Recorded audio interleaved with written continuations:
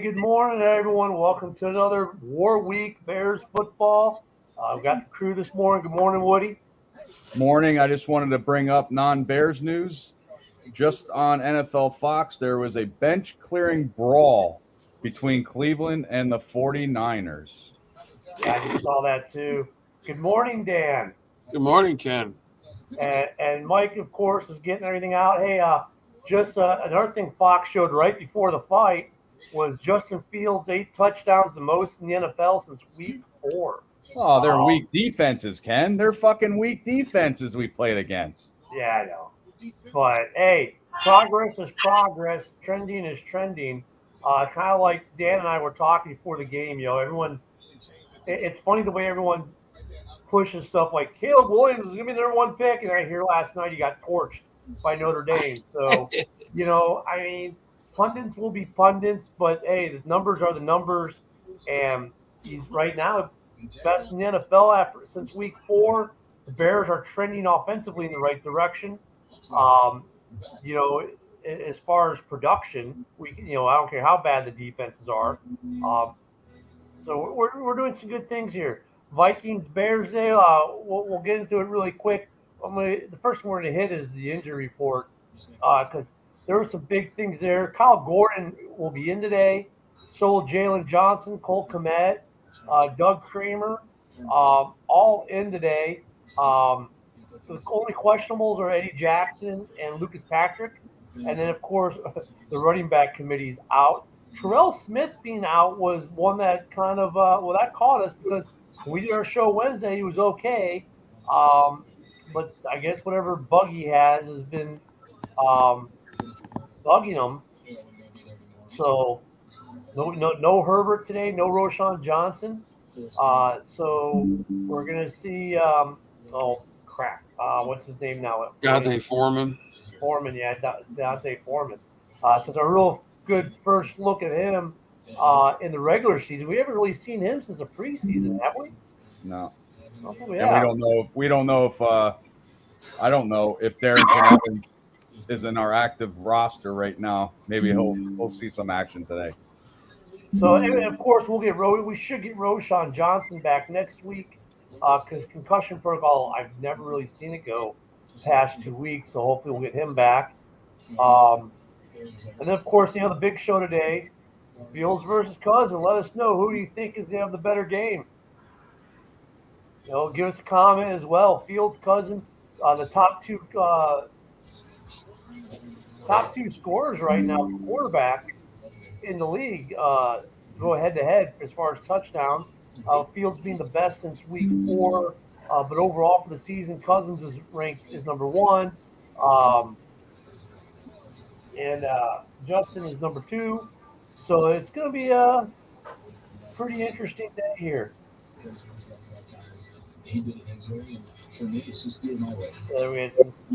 So I don't know. What are you looking at for today's game? I know we talked about it Wednesday night with Rob and whatnot, but quarterback wise, I think this could be is this going to be a gun show today? I don't know.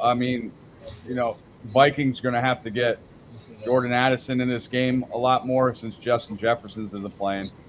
Hawkinson they got, and KJ, I dropped the ball, Osborne. So I don't know if it's going to be a shootout. I think the Vikings are going to try to run more with Jefferson out, maybe with Madison, and they have Cam Akers. And we still have our same weapons. So if Justin plays like he did the last 2 weeks, hopefully he has another 4 touchdowns. But what Rob was telling us on Wednesday is that the Vikings are going to be throwing different, like a defense that that we didn't see yet. So I'm interested in seeing how our offensive line reacts to that blitz packages. Yeah, he said that a lot. You guys have never seen a defense like this. Yeah. I love when guys come on and say it's like, dude, really? Hey, they're not undefeated. They're 1-4 like us. So they better change their blitz packages up a little bit. We saw the Chiefs defense, and they run a lot of exotic defenses in Kansas City. We've seen some other defenses. So, okay, Rob, that's the X factor. You have a defense that no one in the NFL has ever seen before, right? So, hey, they've got Hawkinson up there. I would think that Droppinson would become the big target for Cousins today. Probably. I mean, yeah. Probably it'd be a big target for them. Got to keep an eye on him. And then we got the sick one himself, coughing, puking. Well, I don't know about puking, but coughing and hacking, and I'm surprised doesn't have 3,000 layers on, fighting whatever flu bug he's got. There's Mike. What are you thinking for today? I mean, do you think it's I don't think it's going to be a shootout. Them losing Justin Jefferson is huge. You know what I mean? They're going to have a better running game than us. I see us throwing a lot for sure. We only got like one or two backs, or basically our backfield is empty. So I see us throwing more. But I mean, it's battle the basement for the reason. I feel like they got the worst team. Their defense ain't that good. And we're finally coming off a win, playing decent. So we'll just have to see what today brings. Plus is a division game, very important. I mean, we got hammered our first division game against Green Bay. So hopefully we can. It's battle of the basement. So we don't want to be in the battle of one team that's trending up, one team that's trending down. Yeah. Is what this is today. And I think on their side, I mean, they still got some weapons. They're showing more from the fallout from the brawl there. They have some weapons still. No Justin Jefferson. Chad's asking in the comments here. He's on the IR for 4 weeks. So we won't be seeing him for a while. But it's still, on offense there, even without Justin Jefferson, that they are with weapons. I mean, our running game, I think we'll see more fields designed runs. I don't think they really abandoned the run, because even last week when we went down to the fullback, he got 7 touches, 8 touches with a guy who doesn't take snaps to run the ball. So to me, that says Eberflus doesn't care what guy he's got back there. If he can run the ball, here you go, bud. Next up, I mean, I don't think the run game changes much overall, except maybe you might see a few more fields designed runs. That's just the way Eberflus kind of showed on last Thursday. He doesn't care who the guy is. If your job says ball carrier, you're gonna get the ball 15, 20 times. There's gonna be 15 to 20 handoffs in this game. And the good thing is that, Herbert's out, 4 weeks, Rashawn with the concussion. I'm just glad that it happened in the second half, because if we would have had the fullback running in the first half, it might have been a different game last week. Well, I don't know how you guys feel, but they're supposed to be upgrading these helmets and everything else for pads to limit that. There's been more concussion protocols the last 2 years doing that than there has been in damn near 10. Well, the talk is about, how they have in preseason and training camp with the helmet covers on. Well, we'll see how that goes as well. I can't see watching a game with those helmet covers on. Yeah, that'd be okay. There's a Philip says Bears by 2 touchdowns. He was watching some of the show on Wednesday. Yeah, I didn't say that, but yeah. I like this. Maybe we'll get Mike McCarthy. No, thank you, Chad. Yeah, no, we're good. No. Yeah, that's true. That's true. I mean, I don't think the run game's gonna change too much, but and we've got at least one guy, Foreman, who's carried the ball. I think they're gonna run pretty normal. I just think you'll see more field design runs, which we were starting to see more of anyways. So I don't know what it is with this coaching staff. It's like what they decide. Well, in the first 4 games, we're gonna slow roll some things in, and by week 5 and 6, we'll be functional. It's like, once again, this is why preseason in the NFL sucks. Those 3 preseason games did nothing to prepare any of this team. Good question. That's what we were talking about, Albert. I mean, it really does. And you're right, Mike. This concussion protocol thing. We're supposed to be making the helmets safer, the pads. But you know what, though? I think the concussion protocol is somewhat of a moving goalpost. like, because now they have to go through like so some NFL officials. Oh, well, Mike just got hit. Make him go through the protocol, and even if you get I don't know, you just kind of got hit hard. Oh yeah, you got a concussion. He's got to be out for a week. I don't know. I mean, it's good and it's bad, right? That this concussion protocol, but it seems like if someone does this, oh, I got concussion now. I'll see you guys in 2 weeks. Peace. Well, see, I don't think people remember this.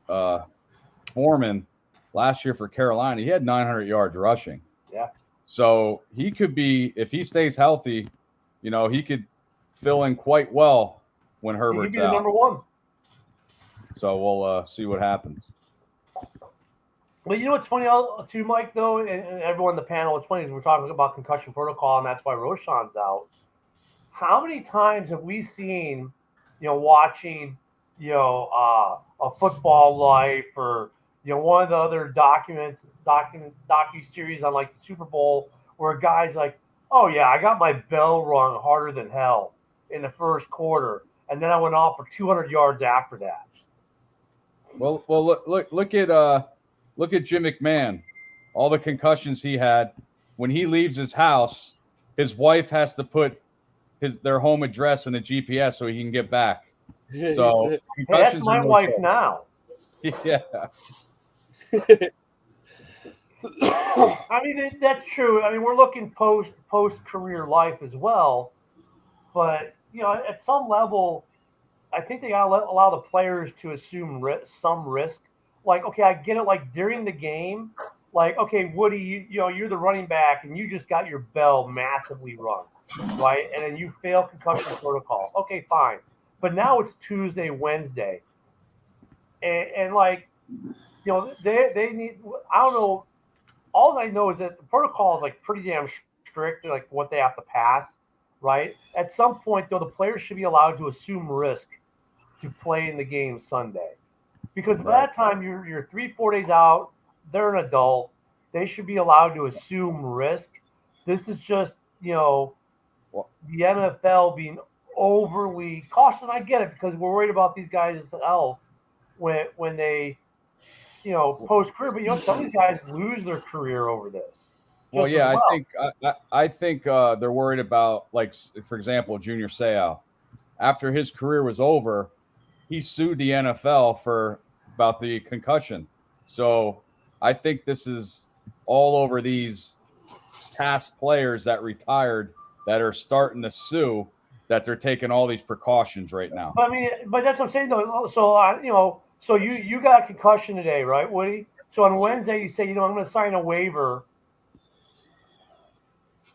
and I'm going to play Sunday. Mm-hmm. It's hard to say. Hey, I was quarterback 13 years for the GFFL, our men's league in my county here, and I had 2 concussions in 1 year, and we were going into the playoffs and stuff like that. There was no way you were holding me back. I still played as well, but yeah. NFL's a whole different ball game. Here's an interesting comment. We need to get Mooney and Scott more involved. I like to see Scott with a deep ball as well. Mooney they tried last week, right? I mean, I still that touchdown. Well, the throw to him in the end zone was definite PI. In fact, you could say 2 of the 4 he got PI'd, and he didn't get the flag. But yeah, we definitely need to see more of them. And he had a good game. He had a good game against Denver as well. So I'd like to see him get more involved instead of just more, because these teams are going to start adjusting on more. And we need, Komet's been involved a lot more. We got to get Mooney, Velus Jones with that goddamn reverse they fucking run all the time. But I like to see Tyler Scott in there and see, if he can throw down the field, doubling up on Moore and getting Tyler Scott, because he's a speed demon. He's fast. Yes. Oh, it's Chad asking. MHJ. Who's he? Are we going after? Marvin Harrison. Yeah, Marvin Harrison Jr. Took me a second. Chad, way early to be talking about it, but yes, that would. That's honestly, when I look at this team for what's our draft needs for next year. We talked about this Wednesday. If you were watching, The O-line, we've been giving crap for basically 2 years, but really when you think about it, the O-line's pretty darn good. Considering they were giving Fields 6 to 7 seconds per snap. I mean, Jay Cutler would have been in like heaven. Like he would have been in love with everyone. Everyone would have gotten a Ferrari, if he had that kind of protection when he was in Chicago his first 3 years. So it's not, I don't think we're going O-line. I think in the draft, especially now with Claypool being gone, which looks like it was addition by subtraction. There's some, I didn't read the article. There were some articles where he was talking about why things went the way they did. But I mean, why wouldn't you add a weapon like that? Could you imagine DJ Moore, Marvin Harrison Jr., and Darnell Mooney now, who will probably pay some money to keep? That's a wide receiving core right there, isn't it, boys?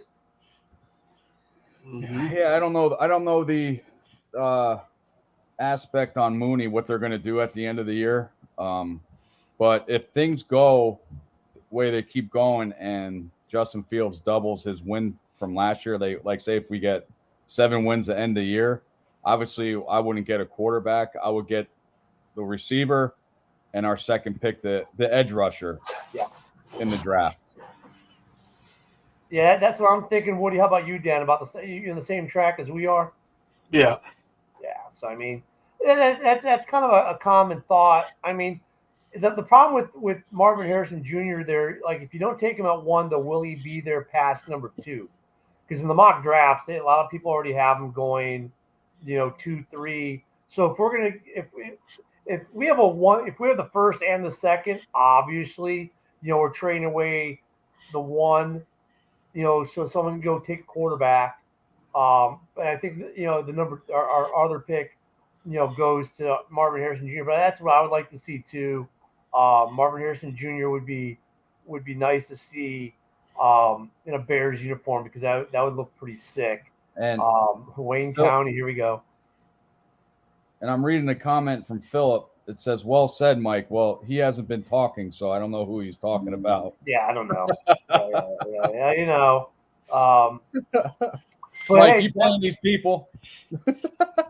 Hey, but he agrees, Woody. So Yeah. you're all right. So yeah, we've got an interesting draft coming up, or some interesting decisions this year. I don't think a quarterback's in our draft plans at all. Period. Not even late rounds. I think we're happy with our backup situation. We're happy with our starting quarterback situation. Next year, we look at the Bears draft in total. It's way early, but I think we're looking wide receiver, the edge, and then we're probably doing some safeties, corners, depth on on the lines in total. But it's, the only skill position we're going to go at probably Marvin Harrison, and then everything else is on the defensive side of the ball and O-line support probably. And speaking of quarterback, I don't know if this is true, but I've been hearing it all over the place. They promoted Nathan Peterman again to the active roster. Yep, back to the 53-man roster. Holy shit. This guy's been moving around like, wow. I mean, Who's thank God he roster is doesn't. he on now? Thank God he doesn't move his family out of the Chicago area every time he gets released. Wait, is he on our roster again? I thought he went somewhere else. He's on our roster. He's on our roster. He was on the practice squad. They moved him up again. And they'll cut him again. Are we carrying 3 right now then? Yeah. Yep. So we're taking. So wait, who's in the third quarterback role then officially? Is he in it? Peterman's probably number 2, and Tyson's probably Peterman's probably number 3, and Tyson's number 2. All right, so he's in that I can't play unless they're both mortally injured kind of thing. Hey, let's get somebody. He wants to. There we go. See, Woody, you and I were right. Caleb Williams isn't it. I said the same thing, Steve. I don't think we're drafting a quarterback. Like I was saying to all these Bears groups, when people were asking me about laughing at me when I said Bo Nix, oh, Caleb Williams is this and that, and I went off on this fucking guy about Caleb Williams, and he's quiet after last night's game. All I said was, "Told you." So, Mike, I'm sure we'll talk about Hey, this Wednesday. I just looked at the depth chart. Tyson Bagnet's 2, Peterman's 3, but they have Peterman as out on the Yeah, depth because chart. he's emergency quarterback. He's in an emergency quarterback slot, so he's out unless they're. Yep. We'll probably talk about this on Wednesday more. I saw an article about this as well, Mike. Trading Bo Jackson or Johnson. I know the one thing I will say is the one article I did see on it. I think it was on Bleacher Report. I saw it. They were talking about basically it depends on how the next couple games go. If we drop 2 of the next 3, 1 or both may get traded.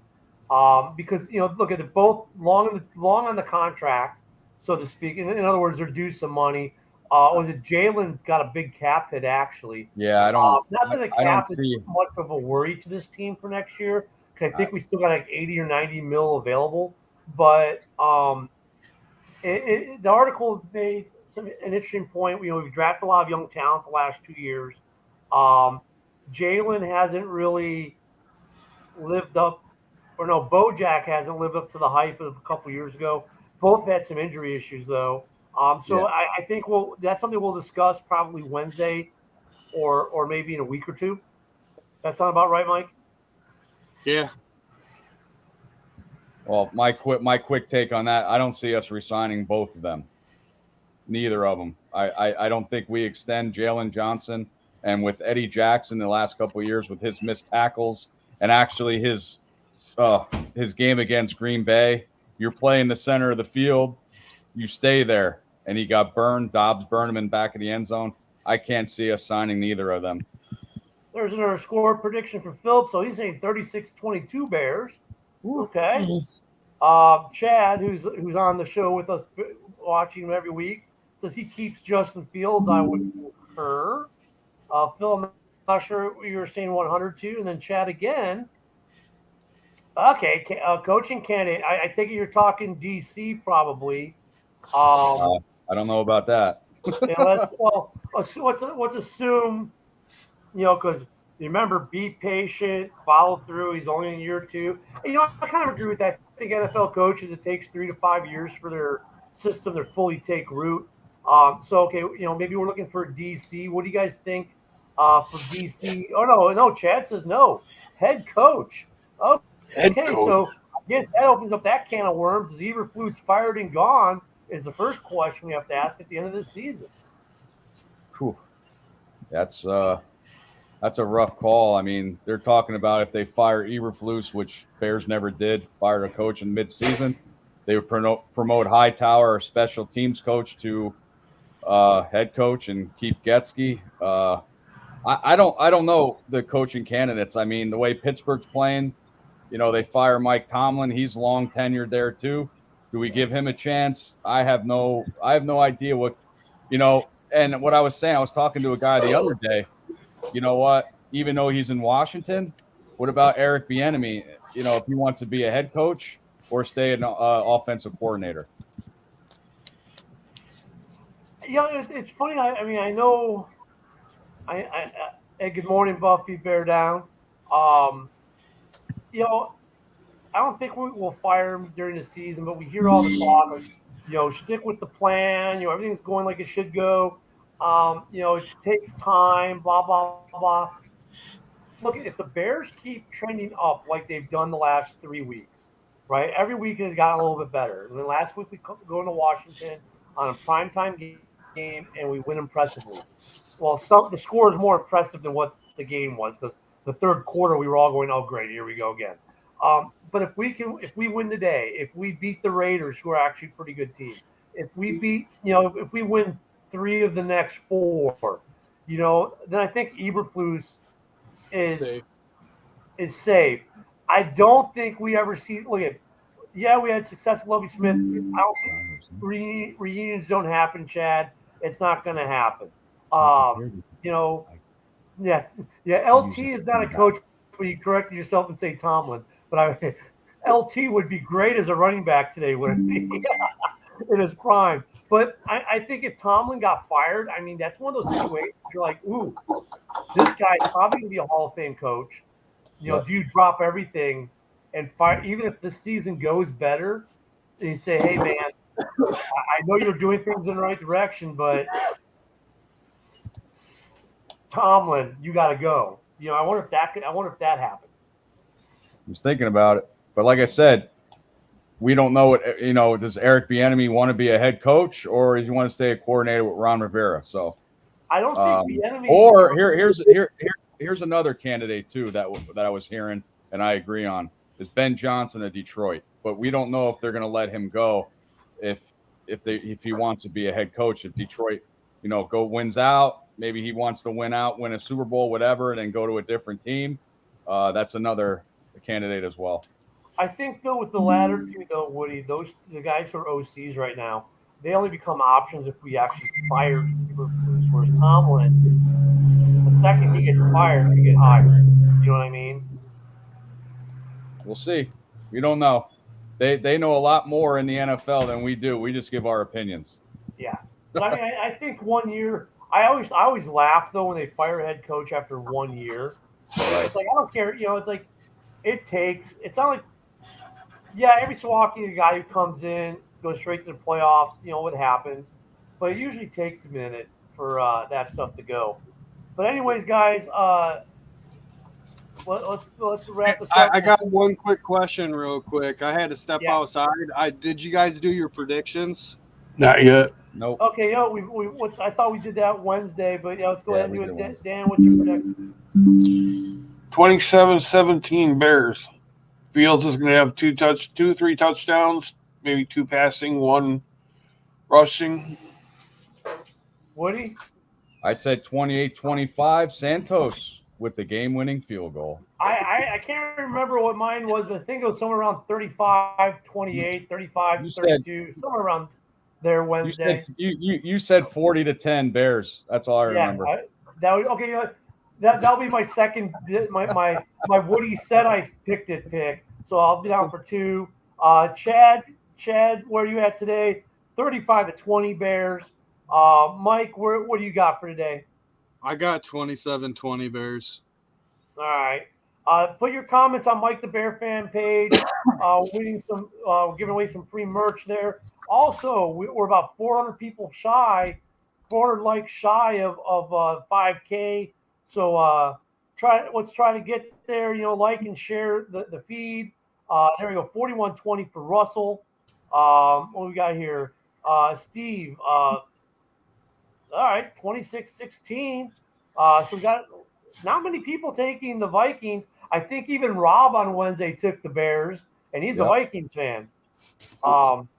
So we're getting close to game time here. So we'll kick off here and go the other feed, which will be up here in a moment. We'll post the other feed so y'all can. They keep coming. 21-7 Bears. I don't know, Buffy. I think they might score more than 7 on us. What do we got here? 24-16 Bears. 21-10. So make sure on the Mike the Bear fan page, you put in there if you get it correctly. There's some free merch that we may be sending, some signed signed stuff. I'm not sure what we're doing this week as far as what we're giving away. Also notice today on the uniforms, the Dip Butkus patches they put on. You'll see that during the game. So yeah, Woody, Dan, Mike, any final thoughts before we close this out? And I'll throw some more predictions up as you guys go. I'll say the wrap up now. The ways that the Bears got to win. Can't bite on that play action. Kirk Cousins, one of the best play action passers in the league. We got to, Gordon comes back. I'm excited to see what he can do. They have TJ Hawkinson and Jordan Addison and Osborne that we got to lock down on. And they have a mediocre run game as well. So, and hopefully our offensive line, with these different defensive schemes that Rob said that the Vikings do. And that's our key to victory. All right, guys, bear down. We'll see you guys in a few seconds. Bear down. Bear down.